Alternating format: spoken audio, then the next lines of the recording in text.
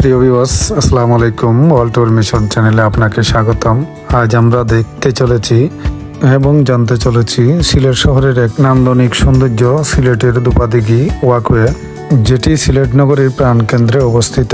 সর্বপ্রথম আমরা গাড়ি থেকে নেমে চলে গেলাম টিকিট কাউন্টারে গিয়েই একটা টিকিটের মূল্য প্রতি 5 টাকা করে আমরা টিকিট সংগ্রহ করলাম। সেই সংগ্রহ করা টিকিট আমরা টিকিট চেকিংয়ের দায়িত্বে থাকা ব্যক্তির হাতে টিকিটগুলো দিয়ে আমরা পার্কের ভিতরে প্রবেশ করলাম।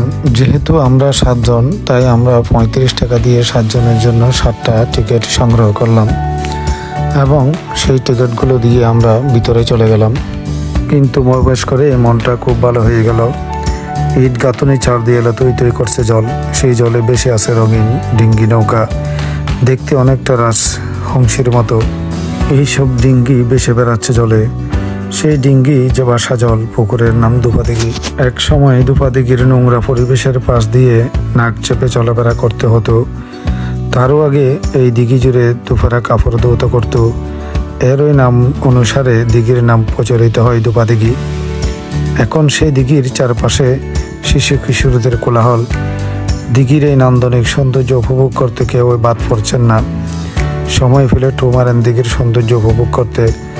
সেই নজরকাড়া দিঘির অবস্থান সিলেটের সুবাহানীঘাটের পার্শ্ববর্তী এলাকায়। মূলত দিঘির নাম অনুসারে এই এলাকারই নাম হয়ে যায় দুপাদিঘি এলাকা। তার পাশেই রয়েছে সিলেটের সে পুরনো হাজতখানা। বর্তমানে এই দিঘির আয়তন 3.75 একর। কয়েক বছর আগেও এর আয়তন অনেক বেশি ছিল। সিলেট সিটি কর্পোরেশন ব্যক্তি মালিকানায় দিঘির একাংশ বন্দোবস্ত দিলে সেখানে গড়ে ওঠে ওসমানী শিশু পার্ক। পাশেই রেড কিচেন সোসাইটি আর এক অংশ বন্দোবস্ত নেয়। একটি মসজিদও নির্মিত হয় সেখানে। বন্দোবস্তর মাধ্যমে এই শিশু পার্ক সহ অন্যান্যরা একাংশ নিয়ে গেলেও এখনও বিরাট আয়তনের বাকি অংশ দিঘির সৌন্দর্য ধরে রেখেছে। এই অবশিষ্ট অংশের ভেতরের আরেকাংশ বন্দোবস্ত দেওয়া হয় ভারতীয় হাই কমিশনকে। বহুতল দালান গড়ে উঠেছে সেখানে। 2018 সালে মেয়র আরিফুল হক চৌধুরী দায়িত্বে থাকাকালে দিঘিটির সৌন্দর্য বর্ধনের একটি প্রকল্প হাতে নেন। প্রকল্পের নাম দেওয়া হয় Dupadighi area for better environment and beautification প্রকল্প 2017। কাজ শুরু হয় 2020 সালের ফেব্রুয়ারিতে এবং শেষ হয় 2022 সালে। ওই বছর 11 জানুয়ারি দুপাদিঘি ওয়াকওয়ে উদ্বোধন করা হয়। দিঘি পুনর্খনন সহ পাড়ের আয়তন বৃদ্ধির মাধ্যমে ওয়াকওয়ে করা হয়। চতুর্পাড়ে সিরামিকের ইট গাঁথনি দিয়ে বাড়ানো হয় নান্দনিকতা। চারপাশে SS পাইপের বেড়া তৈরি করা হয়। দিঘির দুই পাশে 2টি সাং বাঁধানো ঘাট নির্মাণ করা হয়। এরই মধ্যে কয়েকজন উদ্যোক্তা দিঘিটি বন্দোবস্ত নিতে আগ্রহ প্রকাশ করেন।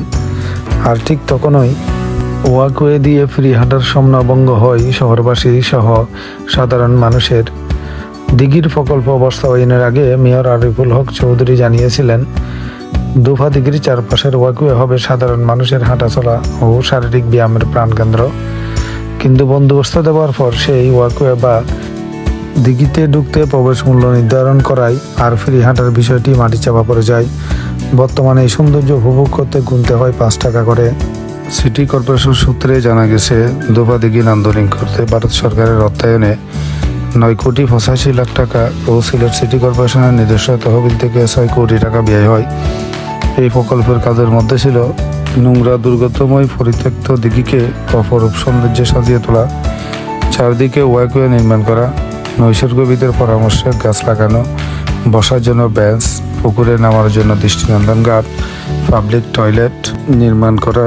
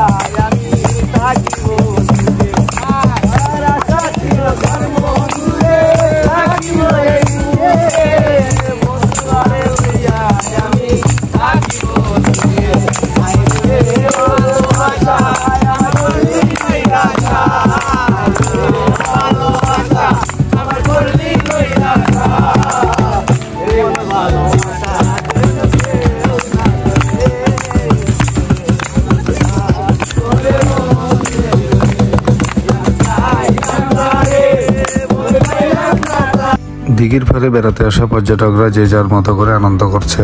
কেউ নাচ গান, ছবি তোলা বা কেউ ডিঙ্গি নৌকা নিয়ে পানিতে ঘুরে বেড়ানো ও ব্যায়াম করা সহ বিভিন্নভাবে ব্যস্ত যে যার মতো করে।